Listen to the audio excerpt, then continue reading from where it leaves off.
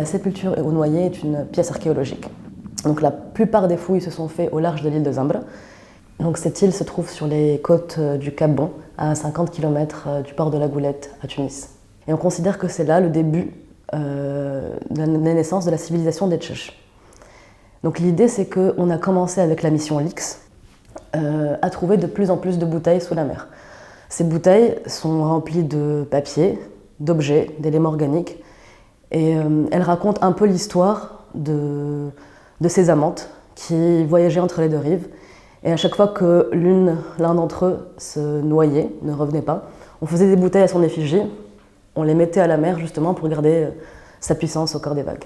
Donc l'idée de cette sépulture, c'est de réunir, on a réuni donc les 801 bouteilles, plus précisément, sur une sépulture, donc une construction entièrement gravée, avec donc des écritures qu'on retrouve dans les bouteilles, et qui constitue donc la sépulture au noyer.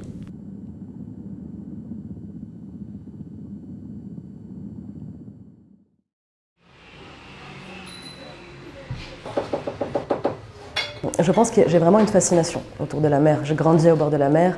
Et puis il y a eu les bouteilles. Je fais des collections de bouteilles depuis très longtemps. Donc à partir de là, je pense que les choses se sont imbriquées les unes avec les autres. Donc ça s'est fait en plusieurs étapes. D'abord, accumuler dans un petit appartement parisien, atelier, 800 bouteilles.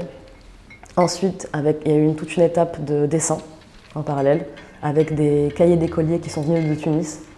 Donc il y a aussi traversé la mer.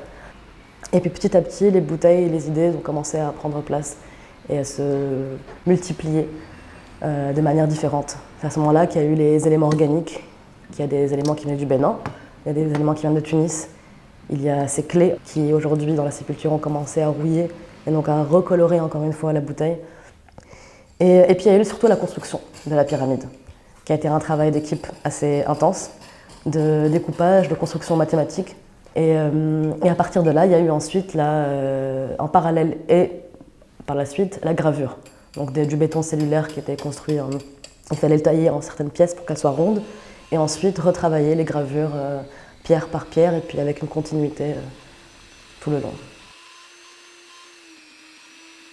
Cette mission archéologique, elle est faite donc elle est constituée de personnes queer tunisiennes qui s'inspirent mutuellement, qui écrivent, qui sont à la fois en exil et en même temps toujours en lien justement avec la Tunisie.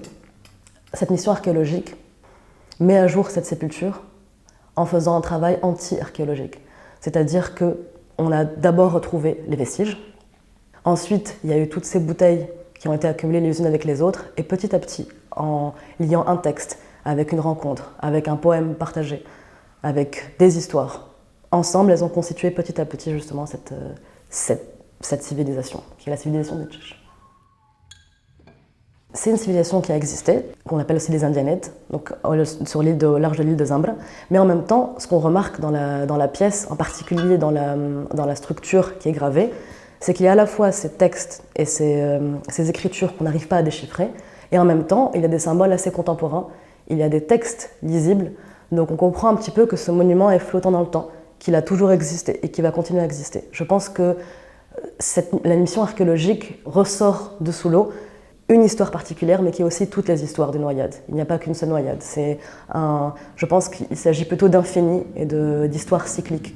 Donc elle n'a pas de début, elle n'a pas de fin.